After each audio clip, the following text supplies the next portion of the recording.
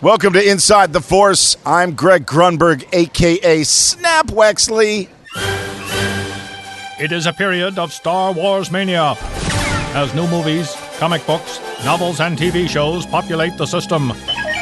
Fueled by their love and passion for the galaxy far, far away, two exceptional geeks tap into hundreds of holocrons in order to bring you the knowledge and insight of all things Star Wars. Come and join them as they go inside the Force. Hello, everybody, and welcome back to Inside the Force. Dave Cottingham with Casey Cooley. Hello, everybody. How's it going, man? It's good. It's been a couple weeks. It's been so busy, too. Yes. Not just with personal stuff. Forget personal stuff. Star Wars stuff. It's been super busy. It has been extremely busy, and thanks, everybody, for joining us. I just got back from vacation. Mm-hmm. I was in the lovely land of Disney. Heartland of Star Wars now. Yes, and getting there. If people were looking at it, I said what I was going to do. I snapped a shot of Black Spire Outpost. Yes. Right. It's a good view, man. It's crazy. It is, you can get. And the Slinky Dog ride is pretty awesome. It's probably, I don't know. It's up there. Like, I still probably like Space Mountain a lot. Yeah. And Everest is really good at Animal Kingdom. But so on Slinky Ride, is there a point where it stops somewhere in the top slowly? Because it looks like you did a panoramic shot. Yes. No, it was that's wide. That's a wide shot. Okay. So, but I cropped it. Okay. Yeah. So it looks really wide. But no. So Slinky, what's crazy is that when it comes out of the chute, it's one of those things where it immediately takes off. There's no hill. So, like it just immediately hits like 50 miles an hour, and you're like going up and down. Then you get down to the point where it you get to underneath the bridge there, and it kind of stops and then kind of comes back, and then it takes off again. Then you go up the hill there, and that's where it goes up, and there's like a little like levitation part right there before you come back down, and that's where the shot is, and it's really perfect. Because the first time I rode it, I was actually really lucky because for those of you that go to Disney or familiar with Disney, unless you have a fast pass, you're waiting a pretty long time. Slinky being the most popular open new ride, right? Yeah. Well, we were lucky to get a fast pass. Now, we went to the Hollywood Studios twice. We got there on a Friday. We went Saturday the first day, and then we had plans to go on Thursday, the following Thursday. We got a fast pass, the only one for the week on Thursday. Yeah. So when we went Saturday, we weren't even planning. It was somehow my wife Brooke happened to find a fast pass for me and Sam. Jeez. And we were like, wow, okay, so let's go. And then we were able to do a rider swap thing, whatever. Brooke. But anyway, so the first time I rode it, I was actually afraid to put my phone out. He's gonna get jerked in. Yes, so I didn't know.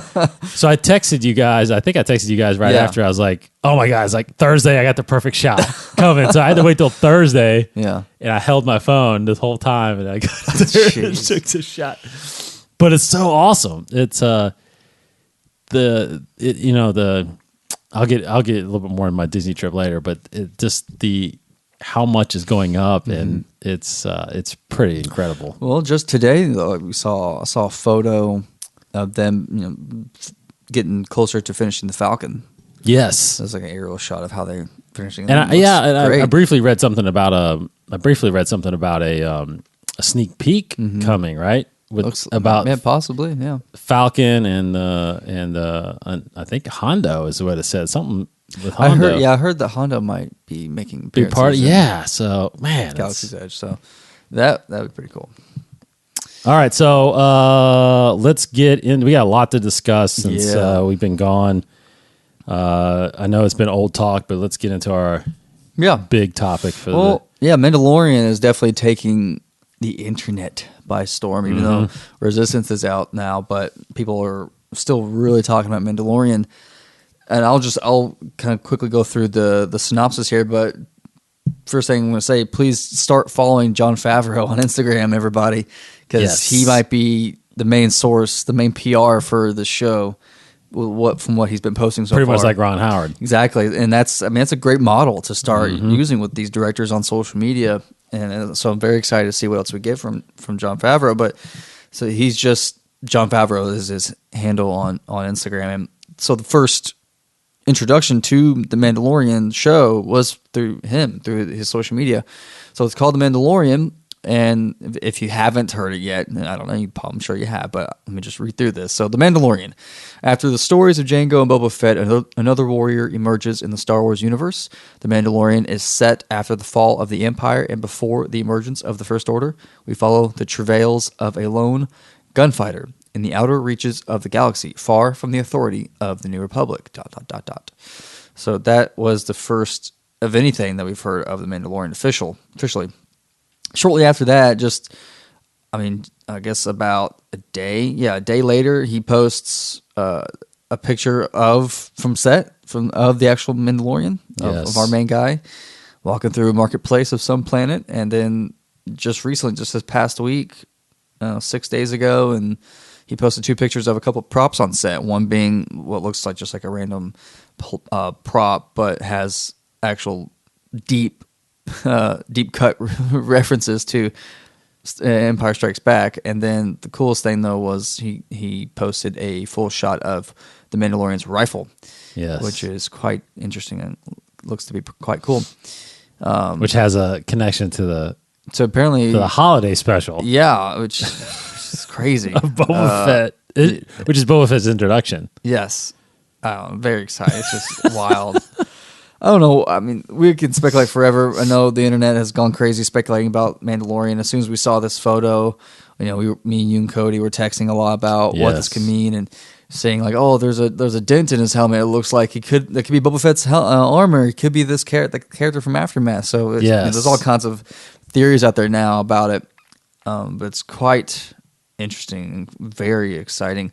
There's really, along with the announcement of the show, there are also a short list of directors. So Dave Filoni is directing the first episode. Huge. Bryce Dallas Howard is directing some episodes.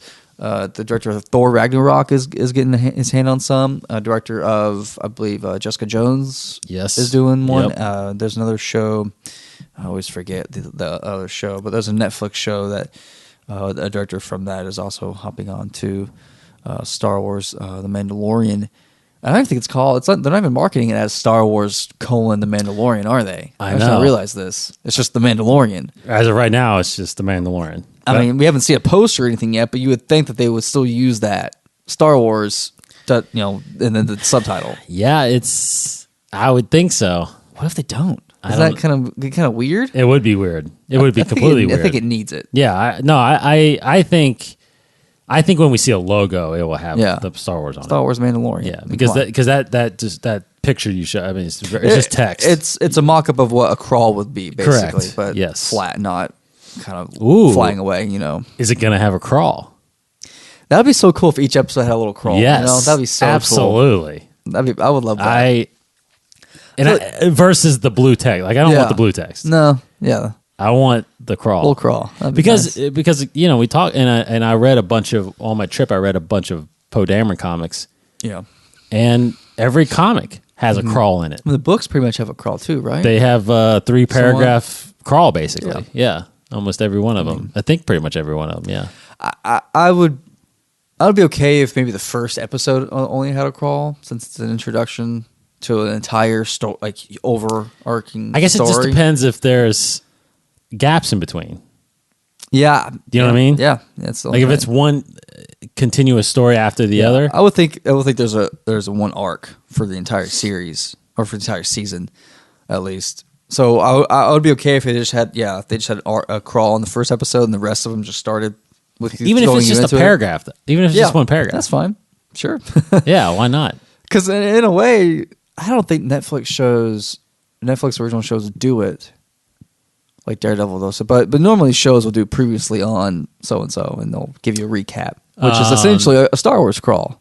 Yes. Does the Marvel shows do that? I think they do. I can't remember. I can't remember. But anyways, yeah, crawl would be essentially I don't previously. think, yeah. Kind of. I don't think they do because they're all out at once. Exactly. So this will be. I bet this would be the similar case. Although Teen Titans is releasing 1 week at a time, so which is maybe they'll do me. that. Yeah. So it's just we could talk a little bit more about the Mandalorian. It's just so exciting. I think I love just taking that one paragraph and just reading a lot into it, as a lot of people are, because the first sentence, Jango and Boba Fett's name were thrown in there. Yeah. So what's the meaning there? Like, what is that? Just to make the connection to the Mandalorian, or is that actually a precursor of what possibly could be? I definitely think it's both. Yeah. Like what the story could end up being tied to in a way. I think it could be both. I mean, it's definitely making the connection of these guys, the culture connection between all these characters. But they're already establishing a connection between this main character so far called the Mandalorian and his archetype being very similar to Boba Fett and Jango Fett as this lone gunman, this gunslinger type of man with no name type of guy. Because I was even, I was looking through some Jango Fett stuff from the original Clone Wars and everything, but it's quite interesting. And his helmet definitely, I mean, the picture could be kind of playing with me, but it definitely looks like his helmet has a dent in it. So this guy could, to me, I would not be surprised if he has ties to Boba Fett and Jango Fett. He could be related to them. I don't think, I should have done the research before we did the show, but I don't think now with the new canon there is much backstory on Jango Fett.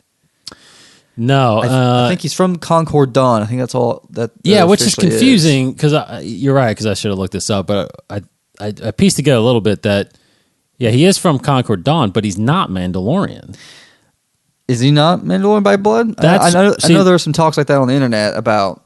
I thought I read, and I failed to go back and watch the episode, but I thought I read that there was an episode in the Clone Wars where Satine or somebody, or Death Watch or somebody, talked about how Jango Fett was like a fake, a fraud, like he wasn't one of them. Meaning, maybe he was Mandalorian, but maybe he wasn't, worthy of the armor. I don't know, or something. Well. But I did read that he's from Concord Dawn, so I don't know. Which is Mandalorian. It's a moon from Mandalorian, right? Owned, sanctioned or whatever. Wikipedia right now, I mean, it says even though he wore Mandalorian armor, the government regarded him as a renegade and a pretender. It doesn't, which is go weird. Too much deeper into that, but I would have to look into those Clone Wars episodes again because he claimed to be born on Concord Dawn, which is a Mandalorian world, but it's an unknown claim. He wore the armor, becoming a bounty hunter and assassin, which goes against Mandalore culture, so that's why they disavowed him.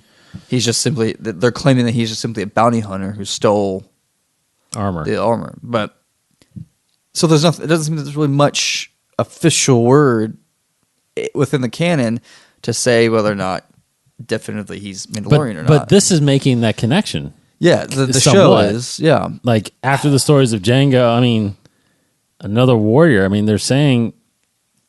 Yeah, well, to me, he is Mandalorian. I can see them coming out with saying.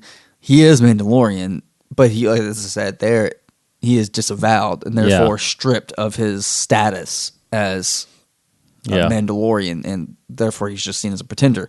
But by blood and by culture, by heritage, he very well, to me, could be Mandalorian. And I think that's what's so great about the show is that there's so much world building it can do. It's not beholden to a certain fate like the prequels were. Right. There's free reign, and it's following this one man, this Mandalorian, doing whatever he's doing. If he's going planet to planet, or if he's on one or two planets, or whatever lone gunman mission he has. So there's uncharted territory there, and room for them to make connections and build backstory, not just of this Mandalorian and build on the Mandalorian culture, but also give more backstory for Boba Fett and for Jango Fett. I would be awesome if through this show we find out exactly the Fett clan of sorts. If there was a Fett clan that Jango was a part of, and then just was disowned from. Boba Fett, of course, he's a clone technically, so he has even more of a distance from that culture, and yet he still wore the armor. So I think there's a lot of explanation, honestly, that needs to be done. Well, is there a possibility that this is a clone? Another clone? This is one of Jango's clones. I mean, one of the clones. I think it could. You know what I mean? Yeah. Like obviously they have not announced a cast list at all. Mm-hmm. I mean, Tamara Morrison would be awesome. Gosh, you know what I mean? Like, yeah, if he is a clone, they would have. Yeah, would they do Tamara Morrison? Because I mean, they would age him, obviously. If they, right? Yeah, because he would be. If they said Tamara Morrison in the cast list, then absolutely everybody's like, oh, then definitely Boba Fett or Jango Fett or a clone is in. A clone of Jango Fett could be in it, whether it's Boba or someone else. But I don't think they would release his name, especially if his face, if he's covered for a while until they actually remove the mask. Mm-hmm. That'd be a big twist. Yeah, because I was just starting to think because I'm thinking obviously, if you think age-wise. They have accelerated aging, but maybe this guy figured out how to slow it down, and because Rex is a clone, obviously, right? Tamara Morrison is the perfect age for Rex at this point, I would think. Like if they just kind of a side tangent, but he is like if they brought Tamara Morrison back as he is right now into Star Wars, then he's already perfect for Rex. That they could just make him up into him. Hey, now you're Rex. Yes. But yeah, they would have to make him look younger to be like a Boba Fett type of age, but kind of related. I think it's definitely possible because Aquaman's coming out. He's an Aquaman. He plays Aquaman's dad. Oh, that's right. He does. There are scenes in the beginning that's backstory of his Tamara Morrison's character first meeting the Queen of Atlantis, falling in love, and having Arthur Curry. So if you watch, there's an extended trailer of it. If you watch it, you'll see scenes. Awesome. It is pretty awesome. Oh, you'll see some clips in there of Tamara Morrison younger, digitally younger. Like it's brief, but you can look at it carefully and you can see and be like, okay, like younger than what he looks in. I think it's about the same. Oh, okay. I think it'd be about the same. His hair's longer, so he has like it's I guess it'd be taking place in the 80s or 70s. But he, depending on how it performs on screen when we see Aquaman, to me it's like that's proving. You can bring Tamara Morrison back as a clone, potentially Boba Fett. Yes, that's true. Or another clone. It's like, well, there he is. He's back. He can do it. He can still do it. So it's every time we see one of that VFX, that visual effects happening in the Marvel movies where they make an actor look younger, it gets better and better and better. So it's just expanding the possibilities of what could be done. I think bringing Boba Fett into the show in some capacity is definitely the way to go. I completely agree. They've already laid the seeds out, whether they're going to say it or not, after the Aftermath books. He very well could be alive. He very well could be alive. So why not do it? Is the only question now. Yeah, and the Aftermath books were so it was so surprising. Yeah. Because it wasn't part of the actual story. It was those little vignettes. Those vignettes, those interludes there. In the audiobooks, they call them interludes. Okay. And I think it's, And it was so weird because Malakili's in it. And so there's a whole story. It's Cobb Vanth is the character who acquires Boba Fett's armor, essentially. They don't say it is. They don't say it. But it is. Come on. Well, Malakili's like, it's Boba Fett. Yeah. But then he finds out it's not Boba Fett. You know what I mean? So it's like. So he's the character is like a sheriff and he fights some criminals and gangs and stuff like that on Tatooine. But the armor is different. It clearly is different. Yeah. It almost. I mean, the only thing recognizable is the helmet. If that is Boba Fett's helmet, everything else looks pretty different from Boba Fett's costume. But it looks like this guy, if it is Boba Fett's helmet, he found it, he polished it off, stripped it of the paint and everything like that, took out the little targeting antenna there, the little visor. Yeah. But that, to me, that looks very much like a dent. Could be lighting trickery. Could be that kind of thing. Reflection. Trying to throw you off. Yeah, but it's definitely possible. No, I think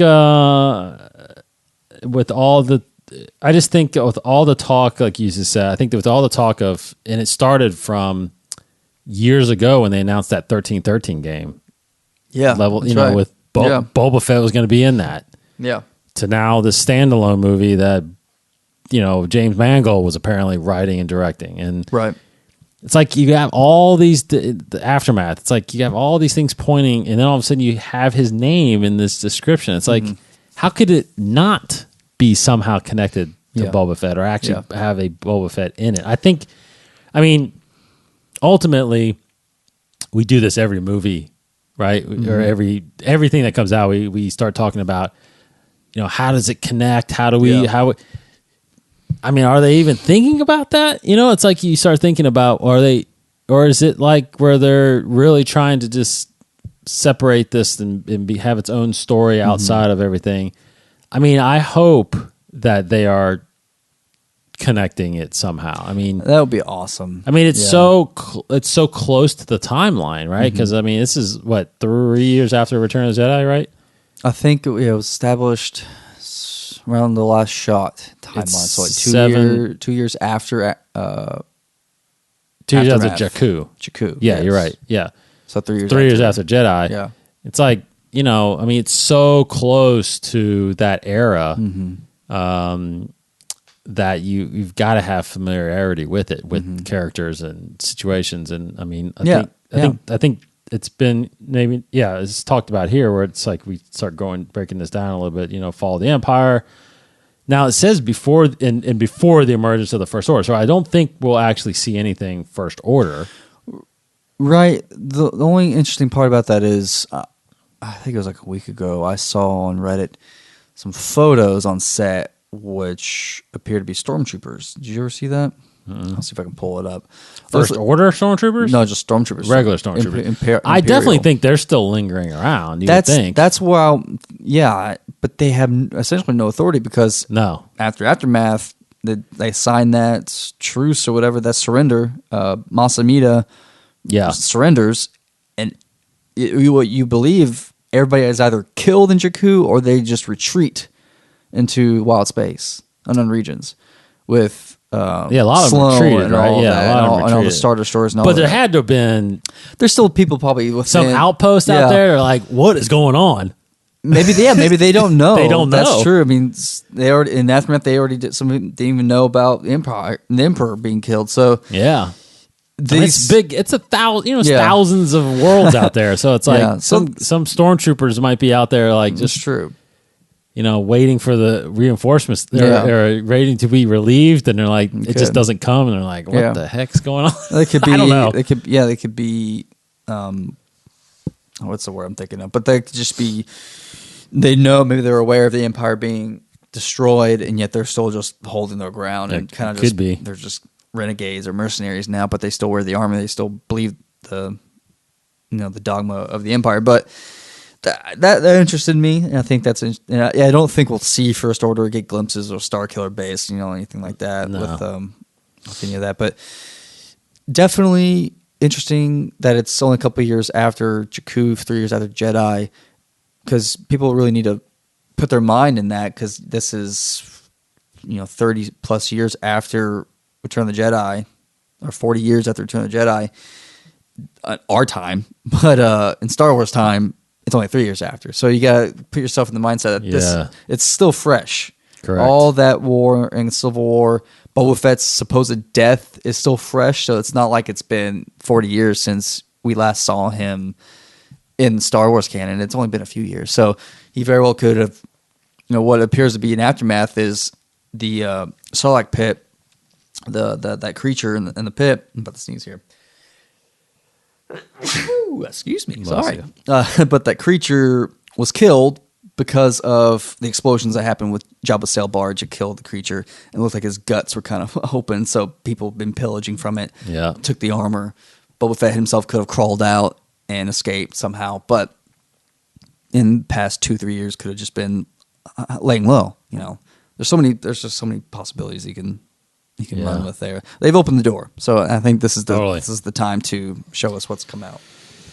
Yeah, I don't know what else to speculate on. I mean, there's not much more until we get more information. Yeah. I'm surprised that we haven't had a cast list yet. I know. Maybe because there's some huge. Maybe it's too spoilerish. They got to be holding back on that because usually that's the first thing that gets announced. We usually get a cast list before we actually get a description or a title. They're shooting now, so it's just what's going on? I know, right? They have to have a cast list. Yeah. I mean, and there's rumors about some people, but they don't know who they're playing, and it's like there was even talk about the image we got of the Mandalorian, and that's not even the actual actor. It's just a stand-in or a double, like that kind of thing. It could be a test shoot. Yeah, and they're shooting B units kind of stuff right now, which is understandable. But so exciting. I mean, this is groundbreaking stuff. It's the first live-action Star Wars show, so that alone is incredibly exciting. And the fact that it's Mandalorian is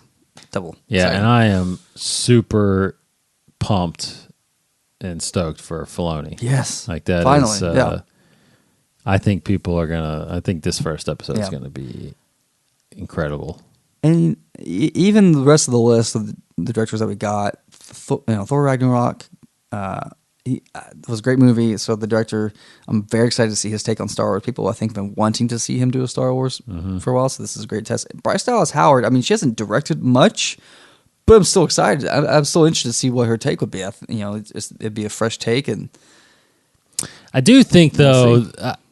Not knocking the list, but I do think that in television, especially episodic television, it's difficult. I feel like it's difficult for directors to actually really put their mark on it because things are already established. Yeah, like they can't all of a sudden change the look of the show, or you know what I mean, like. It's really about camera angles and how they get the cast to interact, and that's really it. And the reason I say this is because just like you, I mean, when you watch a bunch of episodic stuff, you see names sometimes. Like one example is The Walking Dead. I feel like The Walking Dead has got very, very cinematic shots and very intimate scenes and hard dialogue, and it's like you can't tell. To me, you really can't tell. No, you know what I mean, from one director to the other. Now, when Greg Nicotero directs, which is one of the original creators, and he's a monster guy, makeup guy, you can tell because he has a lot of input on the zombies and the way they look and the scenes that they are. Because he always tries to do something different. You can tell when he does something like that. Now, that's an influence maybe a director has. But as far as the main cast and stuff like that, it's hard to. See a difference. I mentioned because this is just the first time they've done a Star Wars show like this, so we'll see how they do it because Thor has is just known for its comedy and just for how different it is, the Thor Ragnarok film. So I wonder, will they try to bend a little bit to make it a little more humorous? Thinking of the shows past. Even like Smallville, like I remember seeing sometimes there'll be certain episodes, you're right, where the only differences are different shots. Like it's like, wow, this is, I've never seen a shot like this in the show before. Like, it's that director, he might be trying his own thing. So it might be something like that, but you remember the funny thing we used to always talk about was the walk away. And no matter what director, that always happened in every episode, right? So it's like, it's like turn back to you, talk to you, walk away 10, 20 feet. Yeah, exactly. It's all, and it's funny because I don't think until we started hanging out and talking, I never really noticed that. Yeah, well, because Corey and I kept talking, I was like, you just know, you count to 5. As soon as someone gets, they're up in Clark Kent's... Lex did it all the time. Oh, as soon as they start talking, you're like, okay, 5, 4, 3... Yep, he turned. He turned and walked away. It's like on the clock. Or they usually walk past him. Yeah. Yeah, they walk right by him. Dramatic. And then they have their back to him while they're talking. It's so funny. And, but yeah, that's so thematic throughout the series. So, and plus the thing about it is I would assume all the scripts are pretty much written. You know what I mean? So all 10 episodes, the whole story's laid out. So it's hard. And I only get this from Kevin Smith because I listen to him. He goes up and directs an episode of Supergirl every year and Flash. And he even says it. He's like, I don't even know why they hire me. Like, I go up and basically just hang out on set. Yeah. I mean, because it's such a machine. Yeah. That the actors know what they're doing. I mean, he's basically telling them where to put the camera, and he's like, I'm hanging out by the craft services while they're shooting. It's like, yeah. But I'm curious to know if like a Bryce Dallas Howard or and his name's so hard to say. Taikiki. Yeah, something like that. Yeah, I'm sorry. It's curious. I'm curious to know. It'd be curious to find out maybe some behind the scenes how much Taika's his name. Yeah, Taika. how much they are influencing their show that they're doing. Are they able to change dialogue? Are they able to manipulate the story at all? I don't know. Yeah. Because Favreau obviously is executive producing this thing. Now it hasn't really been announced the writers of this thing. I don't think. Well, Favreau's writing, I think, some of it. Yeah, I'm sure he is, but I'm sure they've got a whole room full of writers that are crafted the whole thing. So I'm sure Filoni's got some input, but I think it's great. It's going to be great to see those directors get a chance to do something in Star Wars for sure. But gosh, we're probably a little less than a year now, right? I mean, this thing should be launching like in August, September or something. Yeah. On the streaming service. So I'm just, I just hope they're. Do you want a little sidebar from the Mandalorian? I mean, do you think it's too late? Are we going to get any other series on the streaming service? I mean, we're getting Clone Wars, but is there a chance? It's probably not a chance we're getting anything live action besides this one, right? For this first kind of wave, in a sense. Probably not. That maybe they're. I mean, because I was the only thing I'm thinking of is when they announced Daredevil, it's like they announced, well, we're going to do a Jessica Jones, we're going to eventually do a Luke Cage, and we're going to tie all this thing together. I'm curious if we'll ever get like, okay, we're going to get the Mandalorian, but right after that, here's the next series. I would love it if they did that, but hearing Bob Iger saying they're going to slow down things, like they're probably going to wait to see how well it's doing the first season and then make their call on that. But I mean, I would love it if by Celebration they do have a kind of a plan laid out and they tell us about it like that. These are the years that we're gonna do, because they've already got they've said that they have that the next several movies planned out, the next 10 years of Star Wars storytelling planned out. So why not just go ahead and tell us what that could be? You don't have to say date, years, or confine yourself to a year yet to release it. Just go ahead and say, like, we have these stories in place and we're gonna roll them out, in the next 10, 15 years or so. So we'll just have to wait and see. That's true about the Bob Iger thing. It's just unfortunate that I'm hoping he's only talking about the movies. Yeah, but that's true. Yeah, maybe, but maybe so. So okay, well, let's run down some news headlines before we get. Yeah, so I believe this next one came from New York Comic Con. Is that right? Yeah. The cover. Have you seen this? Yes, I have. I love it. So the Star Wars Master and Apprentice, which we knew was coming out about Qui-Gon and Obi-Wan. Is this prior to Episode 1, right? It's, it's right before the events of Phantom Menace. Okay. Written by Claudia Gray. Awesome author. Love her books. Yes. Bloodline, one of my favorite books, man. Yeah, she did Lost Stars too, right? Mm-hmm. Yeah. So we don't have much besides a short synopsis of this novel. Is there much of a plot within that, though? So we're just kind of about that. It just says the story takes place before the events of Phantom Menace, featuring legacy characters Qui-Gon Jinn and young apprentice Obi-Wan Kenobi. All right, so that's it. But it's clearly, Liam Neeson and Ewan McGregor. The cover is amazing. It has a very much like a painted look to it, and it's quite exciting. I am very excited. This is, I think, adult novel. I'm guessing. Yes, I believe you're correct. We'll see. It's looks amazing. So please go look at that. And there were several other books, I believe, that were announced at New York Comic Con. most of them which we already knew. Yeah, I think the same kind of list. Yeah, but one that kind of slipped through the cracks on me. I think it might have already been released, but they updated the encyclopedia. Oh, really? There's a new edition. Didn't know that. That just came out. It's got everything up through.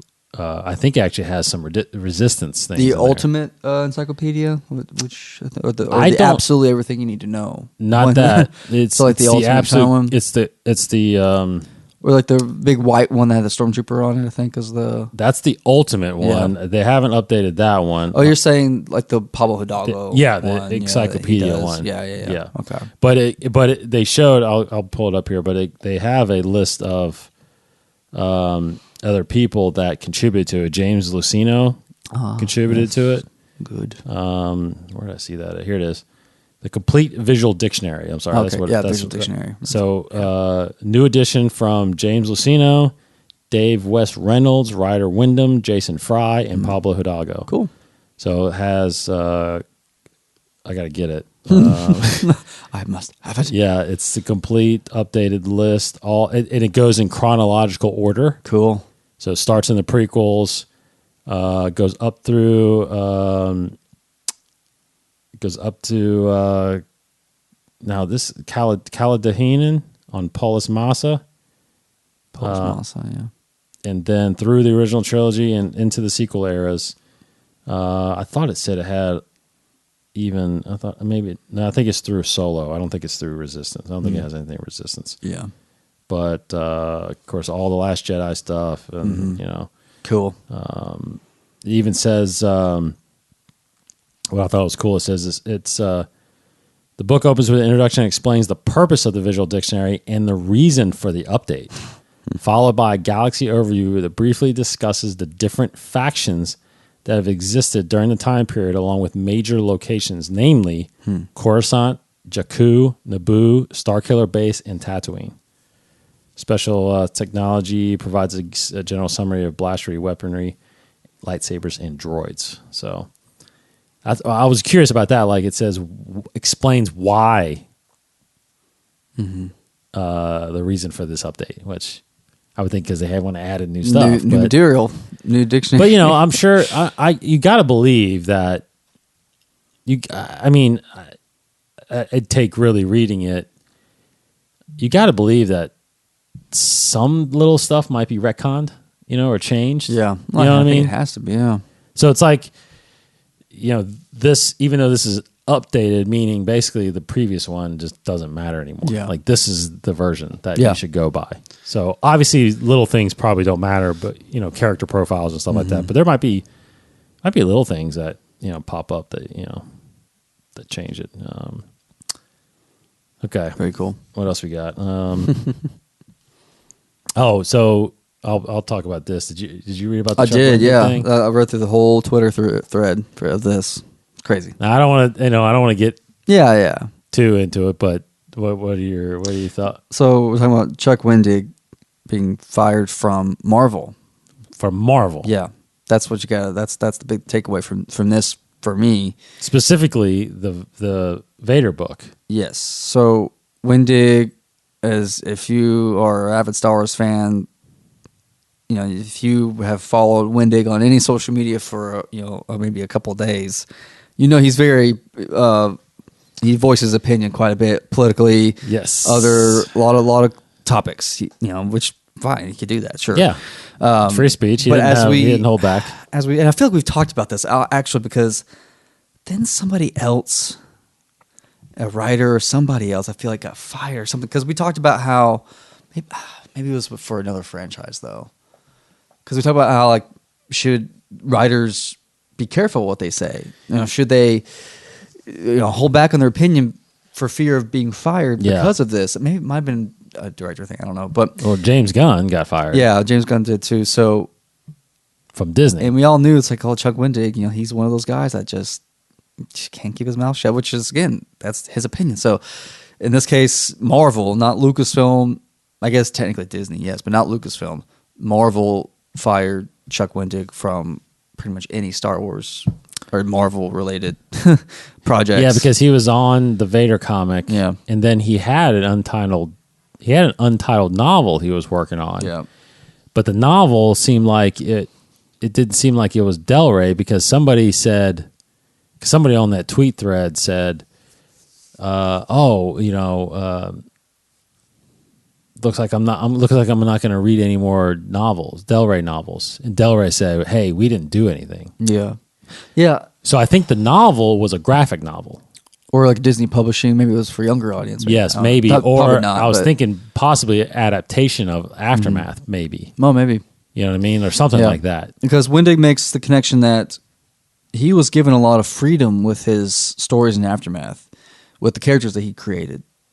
With Wrath,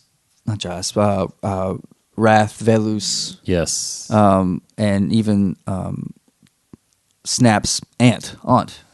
They were homosexual characters in his stories, which we've never seen before in Star Wars. And Wendig went through this is all tweets that he did, so it's in different parts.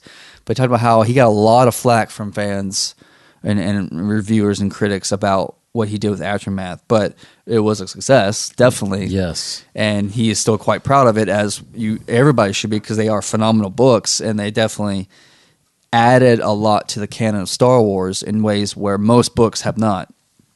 And that's another topic that we've talked to death in the past about canon in books. But Wendig has gone on to say that it seems like he doesn't really hold anything against Lucasfilm or even Del Rey, it seems like, because they've been such champions of his. Mm-hmm. This is more so, I guess, a Marvel, probably even a much bigger Disney it had to come from the top. Yeah.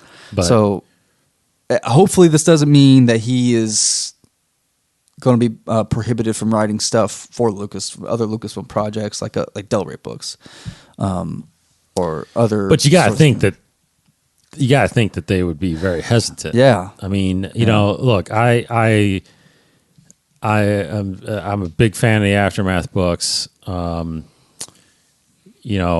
haven't read a lot of his stuff. You know, a lot of the tweets that I saw about in support of him are across all of his works, which I don't know much about, so I can't. But I'll be honest. I mean, he is a very outspoken person, and it's not just what he says; it's also how he says it. Yes, true. You know what I mean? So how passionate. I feel like we've talked about it a million times about all the stuff that Rian Johnson was going through and how people were backlashing him about how he reacted, how he commented, how he's been commenting back to fans a little bit, which to me, I mean, part of me feels like on one side, if you're going to get trashed on, you have every right to defend yourself. Mm-hmm. Like, if you're going to be, especially if you're threatening, it's like, I don't care if Rian Johnson goes after fans that are after him. I really don't. And Chuck Wendig in the same way. If people have a problem with him, I mean, it's okay not to like his book, but if you're attacking him personally, he's got every right. But beyond that, there's things that he was saying in his tweets that were political, that were could be skewed differently and taken differently. You know what I mean? So it starts crossing that line in a sense where you're in such a public eye, and even though you're not a full-time employee of Disney, but you're representing that brand. It's in my opinion, it's hard to I can't sit there and blame Marvel, to be honest, because they do have an image they're trying to protect. Yeah. They have a brand they're trying to protect. It's everything, but you take risks too. I mean, the big topic a month ago was, Colin Kaepernick getting hired by Nike to do, brands take risks with people that may be on the, that may not be such a great public image right now, have a great public image in front of some Americans. But, so, you look at that, you have to look at that, and Marvel obviously looked at it and said, we don't agree with what a lot of, again, I don't think it's the fact that he was voicing his opinion. I think it's the fact that the way he was doing it. Yeah. And it didn't reflect well with, what they thought. So, I don't think it's again, in my opinion, I don't think it's a thing where it's like, oh, we believe this and you don't believe this, so you're out. I just think, I mean, he's, if you look back and he's very aggressive on his tweets, right? I mean, so it's like, there's just a well, it's bringing that sort of attention and connotation to the brand, like you said. Yeah. If you're going to be hostile on social media with your opinions, that's in a way bringing hostility to the brand that you're representing. Yeah. So, I gotta believe too. And some people may not know this, but I gotta believe that. Look, when you enter into a job with a corporation like that, you're signing a contract. Yeah, you know what I mean. And in that contract, there's rules. Yeah, there's social media rules. Even though you're not a full-time employee, again, you are representing that company. I mean, hell, we're like how small our company is that we work for, and we have rules and we have social media rules. And it's like if you're shedding a bad light on the brand or the company that is paying you, they have every right to do things like this. So it's terminate. So it's I'm pretty sure there's something in his contract that probably prohibited him from not having an opinion or having a voice. There was just a line. There's just things you can't say, and whatever. But that's all. We spent a little bit too much time on it, but that's okay. I hope to read more of his stories. That's my final thought. And whatever he's working on, hopefully it continues, and whatever if he. I mean, I will say that in the days that following, I felt like in his tweets he seemed not regretful, but he understood. I mean, I felt like he understood it, and he was upset that it kind of kept him from fulfilling his desire to keep working on Star Wars. So it's like. I think he feels bad about it, but I'm sure he'll get another chance. Resistance. You want to talk about Resistance? Yeah, sure. Why not? So while I was gone, Star Wars Resistance premiered on Disney on October 7th. But not only that, if you have Disney Now, sorry, I was about to say Disney Play, but that's not yet. If you have Disney Now, which is the Disney app, they released the first 3 episodes before the premiere. It was actually that Friday, I think. That Friday or Saturday. I've only seen the first 2 episodes. You've seen all 3, I think, right? Yep. They all kind of run together. What's your thoughts? Overall thoughts of the show so far? I like it. I'm into it. It is definitely don't be disappointed when you watch it and think this is going to be Clone Wars and Rebels, because it's not. It's a younger audience. It's definitely a younger audience. I don't think anybody's going to be really getting killed in this show. There's not going to be too many dark elements or themes or storylines in this show. It's very lighthearted.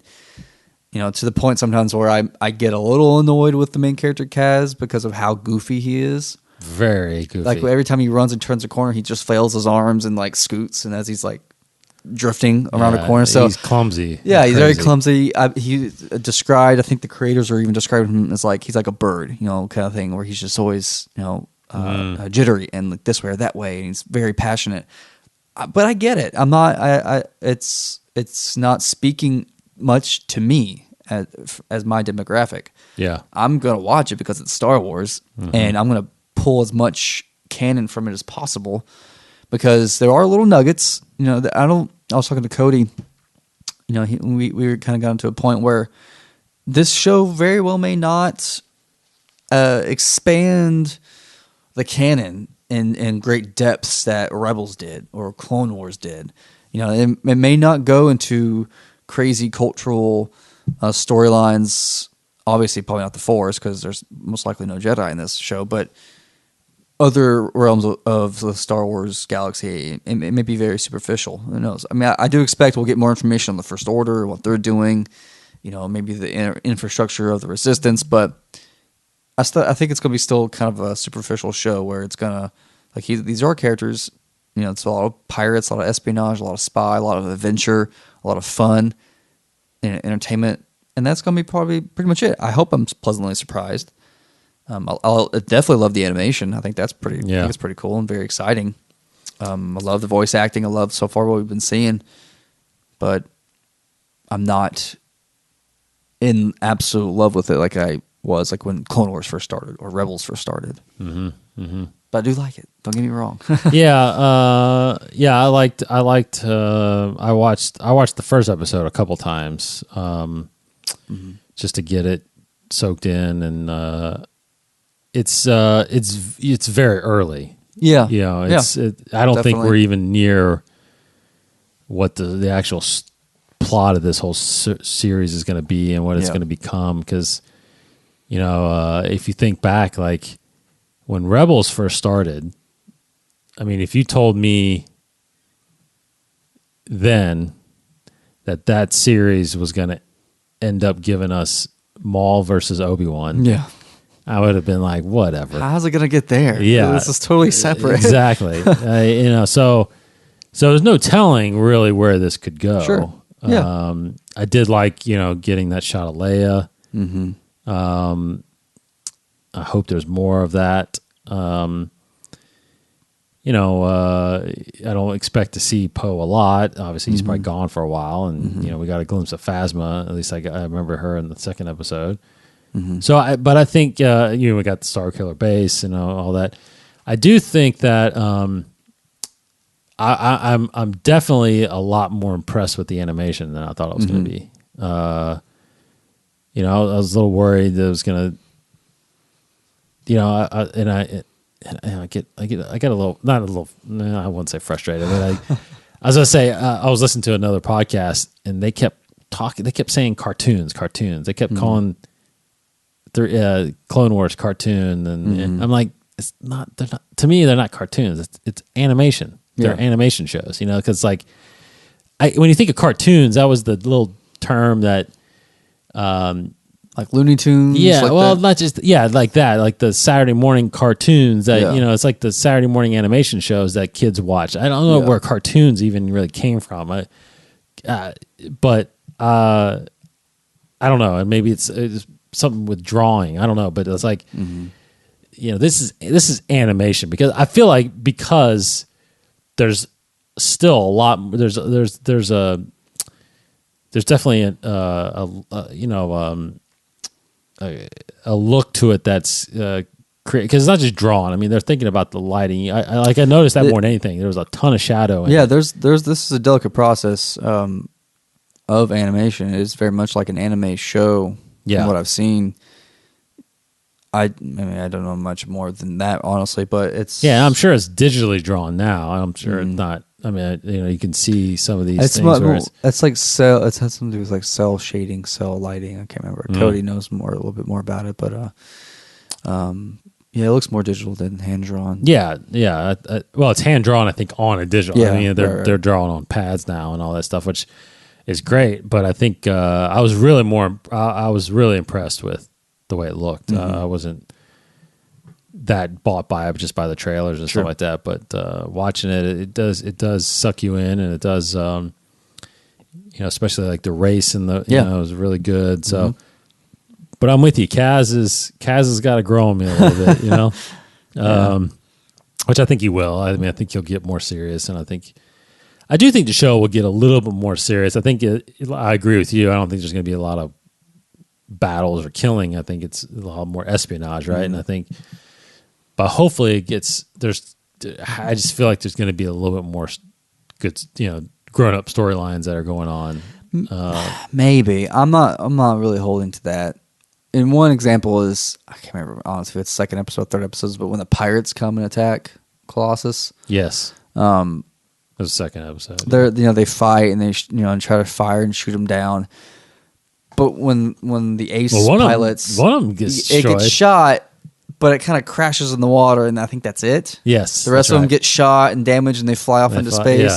So at that point, I was like, okay, if this was Rebels or Clone Wars, that one would have blown up. It would have died. And okay. So I don't think we're gonna see deaths necessarily, or they might not even address it as like death as a topic, but that's fine. This is the Disney Channel, it's a Disney Channel show, so I think there's definitely precedence there and a stipulation. Although it did pop up on XD though. I watched. Oh really? Yeah, it's replaying on XD. So it's a little more mature. But yeah, I hope I would love if the stories got more mature. But so far these again 3 episodes. Like you said, it's very early. But Kaz is almost every episode. It seemed like he was learning almost the same kind of lesson. Like he's getting too ahead of himself. He's getting too rash. He just needs to be patient, quiet, listen to Yeager.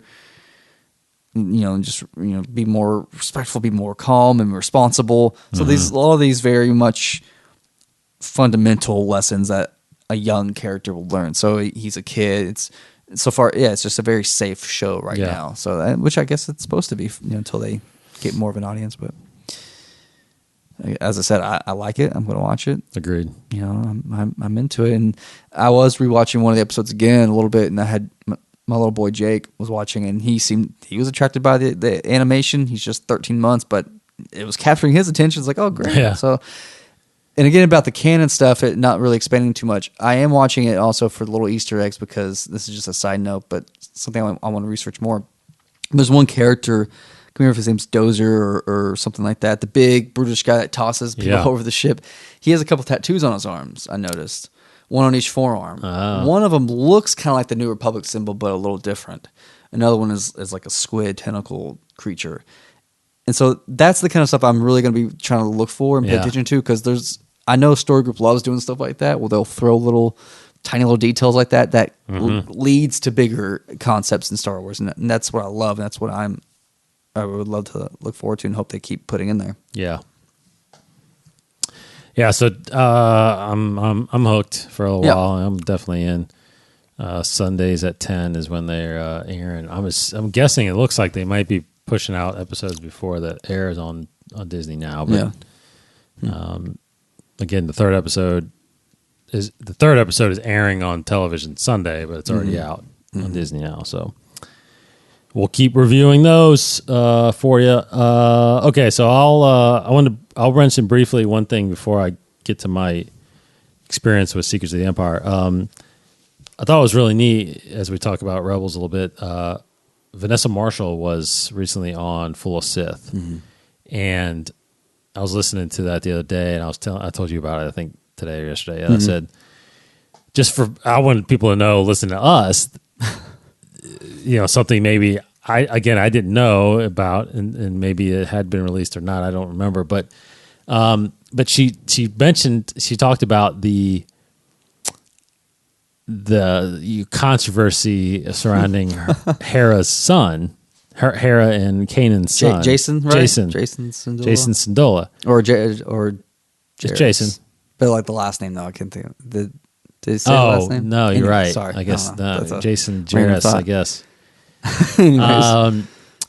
But a lot of people are questioning, well, how could she have a child? When did this happen? Blah blah blah. So, and forgive me, I failed to look it up before, but she mentions that she at the finale, the premiere of the finale, they had a big screening at Lucasfilm where they invited a bunch of press and all that stuff. And when they showed the finale there, she said that. So all of a sudden the ending came, and she sees the shot of Jason. She had no idea that Hera has a son. Like, she was floored.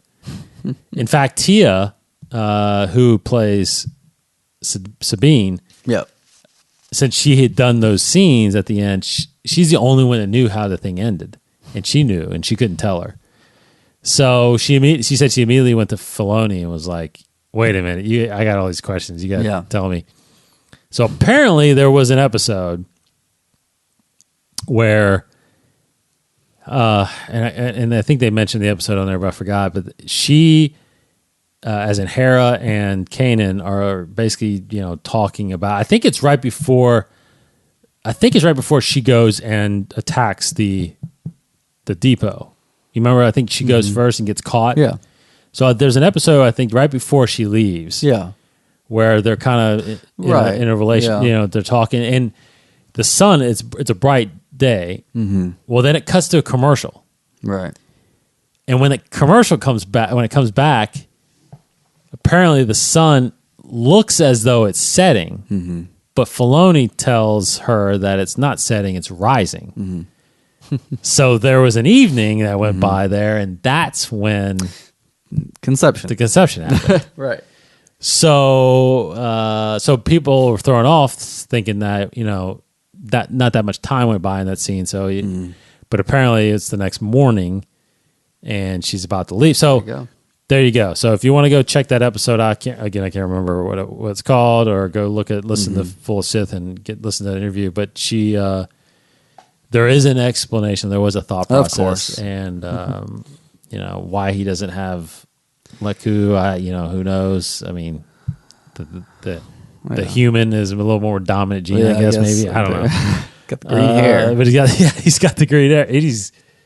Is he green too? I think he's he's got. Oh, he was. Dark, he was skin, like human skin. Okay, but green hair. Weird. I can't remember that shot. I'm actually going to rewatch Rebels again. I lent Kim.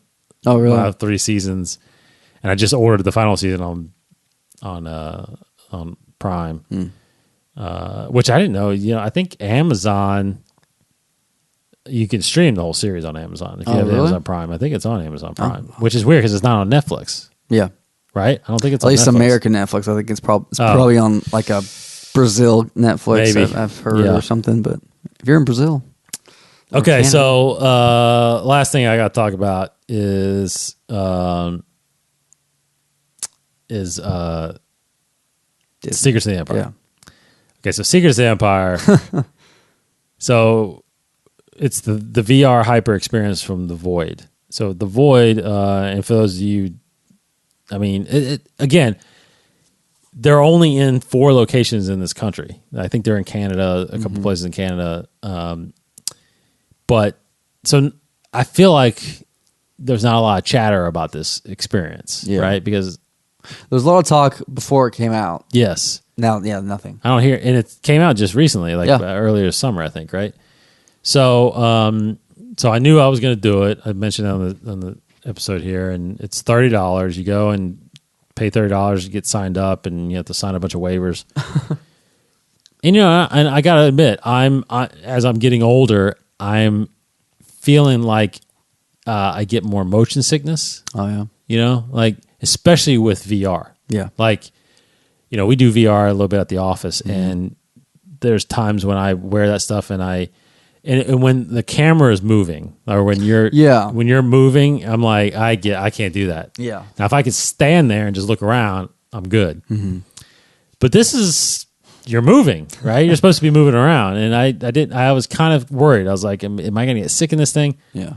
So anyway, you do this. You get in groups of 4. You go and get this big vest. Put this big vest on. Put the big goggles on, and at first my goggles weren't working, so they had to reboot my system and all that stuff. So anyway, we get into this little 4x4 room, and it's about the size of an elevator, and you're me and the guy I went to Disney with, and then there was 2 other guys there that we didn't know, but they're from Ohio or something like that, I think. So we're sitting there, and my thing got booted up. Mm-hmm. Well, here's the thing. Mine was getting rebooted when they put theirs on. And they're like, "Oh man, like you guys are stormtroopers." No, and I'm like, "What? Pause. Really?" I'm like, "Come on." So as soon as they said, "All right, you're good to go," and I'm telling you, it was like the commercial. Like I put this thing down, and I'm just in it, and I'm like standing there, and you're standing in. It looks like the hangar of a ship. Yeah. Or the bay area of the ship where you get off. And sure enough, I'm looking at my arm, and it's in stormtrooper outfit. And I'm so what? You're just got a vest on? That's it? Just got a vest. Yeah, got a vest that you snap on. Nothing on your arms or hands? Nothing. I'm totally weirded out by this. I'm telling you. I'm like looking at my hands. It's storm. And now, granted, when I'm looking at them, I can see them move, but there's times where there's like a little glitch and they're floating a little bit. But either way, they're stormtroopers in front of me, and I'm looking at my buddy Mike, and Mike's like, "This is crazy." I'm like, "I know." I was like, and at no point, as I describe what happened, at no point did I feel any kind of that's good. motion sickness. I felt like I was in a Star Wars movie. Yeah. I mean, I'm telling you, it's unbelievable. Like, I'm looking around. So you don't start off with guns. Now, I'm not going to give away the story. I'm not going to talk about the story at all, so don't worry about spoilers. Because there is a really cool story in it.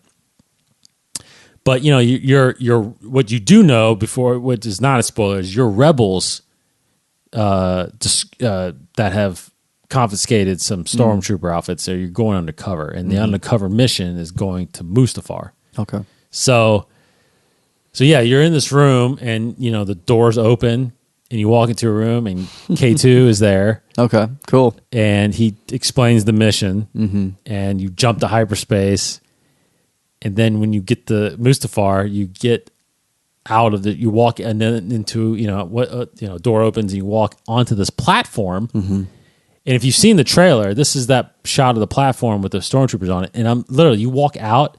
You feel the heat from the lava. I'm like, I'm telling you, I'm like flipping out, man. I'm like, this is unbelievable. And you go up, you get into another room, and honestly, it felt like you were probably just kind of walking in a circle in these like 4 rooms or something like that. Yeah.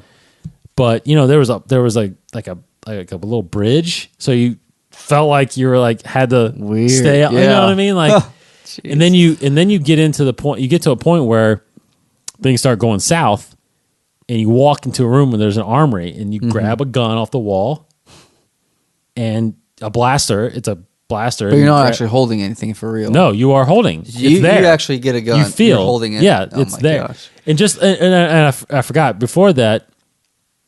K2 is like, when you get to the door, he's like, pull the handle to get in the door, and you're like, and you literally grab a handle, and you I would be like getting chills, like, and real. You open the door, and you go in, and again, they're like, grab a gun, and you grab it, you have it, and you all of a sudden, it's like, it was funny because I grabbed it, and I'm like, what the heck? We got guns now. And then I hear like blasters going on. I turn around, and the 2 guys that we were with, they're already through the door shooting people. I'm like, get them. And you run out there, and there's stormtroopers coming, and you're shooting stormtroopers as you're trying to leave. I mean, I'm telling you, now the only knock I will say, truly the only knock, I kind of wish that you somehow felt if you got hit. Yeah. Obviously you won't get killed. You're talking about Ready Player One type of stuff, man. Yeah. Like which I haven't seen yet. I haven't watched it yet. But you can just it's just a detail you can feel. I felt like impacts. I felt like because all these bullets are coming at you, these blasters are coming at you, but nothing's happening. So I felt like if you just kind of got, but I don't know how you would do. I don't know how you would do that. Just a little like a massage chair, like a little pressure, a quick little hit. Yeah, so you have to be hitting the chest because you had this vest on. So maybe something like that. That was because I was ducking, but I was thinking like, well, I don't even have to duck. Yeah, I'm just gonna walk there. I'm just standing there, just shooting. But I will say, there's a big, great scene in this storyline. So the bottom line, it is a must do. If you are at Disney Springs, if you are in Orlando, if you are at Disneyland in Anaheim, there's one somewhere around there. I think they have a Disney Springs over there as well. Got to go see this thing. Got to go do this thing. Now, again, the only other knock I would say is because you asked me how many times I did it. Yeah. And I was like, I don't know if I would pay to keep doing it. Yeah. You know what I mean? Like, unless the story changed.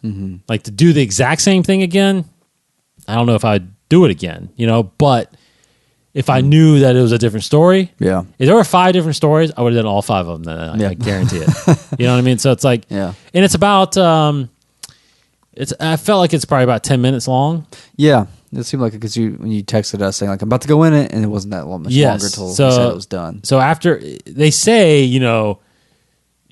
plan to be there an hour, but that's I think that they're anticipating a line and waiting, but there wasn't. It was late at night, and but they have 5. They can do 5 groups of 4 at one time, right? So they were ready for us. So I walked right in. It took about 5 to 10 to get everything signed. about 10 minutes to do. It is about 20, 25 minutes total. But man, I'm telling you, it was incredibly immersive. When they say hyper reality, it is that. I mean, and if this is what I'm blown away, if this is the first iteration, like 5 years from now, I can't even imagine. It's gonna be like Ready Player One. Oh my gosh! Now this Vader Immortal series that we talked about on the last episode, like, and that apparently seems like it's coming onto the home version of Oculus.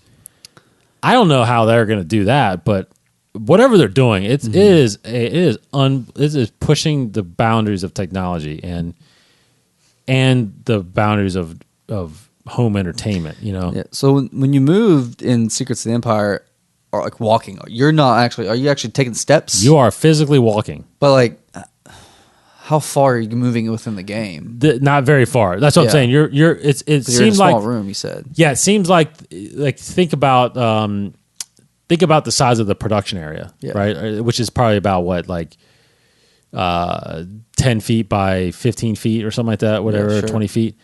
Take that, maybe split it up into 4 rooms, and you're walking pretty much around because you're going back too. Yeah. Like you go in somewhere, you went into the armory, and then you went right back out and started. You know what I mean? So you're not going long distances. Yeah. But you're taking about I mean, you definitely move. You that's what makes it so real. You take a step. The character you're actually stepping through things. You're feeling the heat. You know, the sounds are incredible. You got speakers right on your ears because there's a big lava monster that you're shooting at. It's like, and sometimes when you have 3D, things are a little blurry, but this thing was so sharp. And I'm telling you, they did a fantastic job. The ILM X Lab and Void. I mean, it's unbelievable what they're doing. Man. Yeah. And if this is something I can buy for the house, I will do it in a heartbeat. I will do it in a heartbeat because that one thing that's out now, that the Jedi Challenge. Just think of that. Jedi Challenges. I want to try. I'd like to try that, but it looks like a hologram. You still wear a visor. You do. You're looking at your real environment, but there seems to be maybe like a hologram projected in front of you. Yeah. But so I don't know how immersive that is though. With like how you move and I think the battle is, but I don't think you're moving. Yeah. But apparently the Vader thing, I don't know if that's going to be any kind of movement. You need a certain size of room to do it. You clear out a certain perimeter around you, and if there's props, like if you had a gun, you have to say, place this prop here. Yes. Now that would be the next step in home gaming. Yeah. Like that is it. You're setting up your environment first, and then you put the goggles on so that you can actually grab that object where it should be. That'd be the only thing I could think of.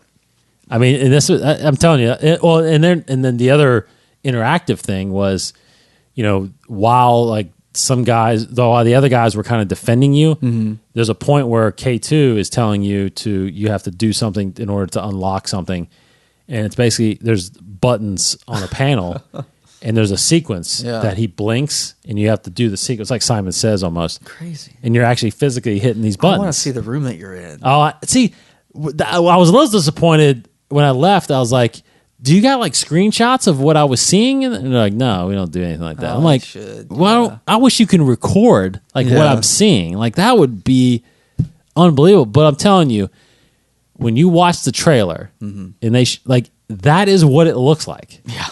Like you are in it, man. And it's, I'm telling you, it was the most impressive thing I've ever experienced. And the fact that the dream of being into a Star Wars story. I mean, you are in a Star Wars story. Yeah. It is. I would love to see it, like a recording, just to watch what you did and hear the comms and everything. That'd be fun. That'd be funny. I mean, you just heard me like. I remember at one point I walked back out onto the balcony outside on the lava, and there's stormtroopers coming. There's this lava monster down there, and I remember looking around going like, this is crazy. And I'm just like, shoot. And even the guys were geeking out that we were with. They're like, what the heck's going on here?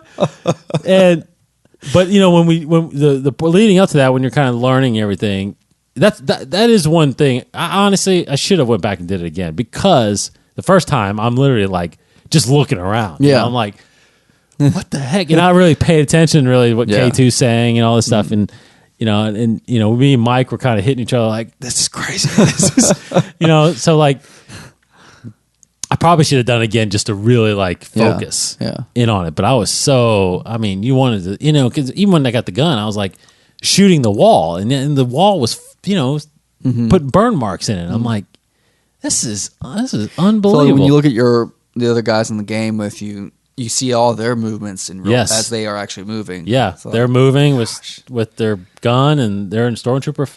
But again, sometimes it was a little jittery, but sure. But again, they're only wearing a vest and goggles, and I'm like, It's gonna be some kind of sensor to register where your hand is, where your has arm to. is. Yeah, I really don't know. That is bizarre. I was doing this, and I had a stormtrooper outfit on. I mean, I was. I'm just blowing my mind just thinking about it. But yeah, cool, man. Anyway, I love that it's in Disney Springs. You don't have to have a ticket. You just go to Disney. Yeah. If you're around there, just go downtown. Exactly Disney. right. Disney Springs is downtown Disney. They renamed it, but it's right there across from where the Lego store is and all that stuff. There's a big area. You just it's like a retail shop. See, back several years ago, they had Disney Quest, where it was just a huge arcade building, multiple levels. But a lot of the big games were the VR games. Oh yeah. So I did a couple of those. You put on one was like a Star Wars game where you put on this headset and you have this little chair you sit in, and you look around and you have a little remote that's basically a lightsaber, and that was pretty immersive. But it looked very low graphics, like a lot of polygon type of low res graphics, but. This sounds incredible. Yeah, this is another level, man. This is another level. I'm excited. And I hope, the Vader VR thing, the Vader Immortal thing, I don't know if that's going to be at Disney Springs or just because they keep saying it's going to be on the Oculus. What's it called? The Oculus Go? Oh, that one. The new one, the home one. Yeah. So I don't know. I don't know if they're going to make it a hyper immersive thing at the Void, but I just hope they pump out more story. Like I hope they're making money on this thing so that they can pump out more stories like that. Yeah. Man, it is incredible. $30 a person. I know. But again, the day I went, which was like a Sunday night or a Monday night, they had a lot of tickets available. They had a lot of openings available. So I don't know how much they're. I really. That's what I'm saying. I don't know. I can't tell. Because I don't feel like anybody's talking about this. Yeah. And this thing is every Star Wars fan needs to do. This is unbelievable, man. I mean, and I'm praying, I'm hoping. I told Mike, I was like, if they're smart, they will take this area and they will go to Celebration and they will set up a Celebration because every person there will pay $30. I mean, that's like 60,000 people will pay $30 to go in that thing because it is. You want to be in a Star Wars movie? This is being in a Star Wars movie. It is unbelievable. So I hope they take my advice and do that. Absolutely. Because next to that, I might have to just take you all down to Disney and do this thing because it's so crazy. It would have been like I just kept thinking like if me, you, Cody, and like Russ were in there doing. I mean, we would have been geeking out so bad. Oh man, it's so awesome. That's what I was thinking. Like. Where's the closest one? But that's the closest one. There's not one in Chicago. There's not one in Atlanta. I mean, I can't believe there's not one in New York. Two in California, one in Texas, and then one in Orlando. Really? Yeah. That's the 4 places in the country. That's it. All over. Oh, okay, cool. Well, anyway, all right. All right. I think that's it. Dude would have mentioned lastly, we got in touch with Mark Voigt. Mark Vogt. Yep. Sorry, what did I say? Voigt. Vogt. Hit us up on Facebook. Thanks for reaching back out. We've talked about his short film that's coming out, Star Wars Odyssey, and it is now getting ready to come out. I think debuting next week. They're doing a screening down in Savannah, Georgia. But we are going to have him on the show here soon. I'm lining up a little interview time that we're going to spend with him and get him on the next show. So look for that. Star Wars Odyssey is coming out. Go to the Facebook and search Star Wars Odyssey. They've got a great behind the scenes reel. We're actually going to get I think we're going to get a peek of the film. That'll be awesome. Before it comes out, so we can talk about it. I'm looking forward to watching that. So check that out, guys. Thanks for hanging out with us. That will do it for us. Of course, we're Inside the Force at InsideTheForce.com, and follow us on Instagram, Twitter, and Facebook. We are actually maybe I might cut this part out, but we're starting to put this on YouTube, maybe. Right? We're dabbling in some new platforms. Some new stuff. Yeah, okay. Yeah. So maybe if Looking you feel like things. watching us and seeing us talk. Do you want to know what we look like? Yeah, exactly. If you haven't gone to our website, go check us this is out on what we YouTube. look like. All right, thanks everybody. Hope everybody has a great weekend. For Case Cooley, I'm just a simple man trying to make my way in the universe. Kind of butchered a little bit, but yeah. Little Django Fett. The Django Fett. I think it's the first Django Fett quote I've done. But I love that because that right there sums up Django Fett as this lone man, gunslinger type of role. I feel like there's more to it. I feel like there's got to be a connection there. No, so totally, with I Mandalorian. totally agree. So I love that quote. Yep. Thanks everybody. Take care. We'll be back next week with some more Star Wars stuff. He's Casey. Goodbye, everybody. I'm Dave. May the Force be with you. Thank you for listening to Inside the Force, a Star Wars podcast hosted by David Cottingham and Casey Cooley. For more shows, additional content, articles, and the latest Star Wars news, please visit InsideTheForce.com. Inside the Force. For the Force in all of us.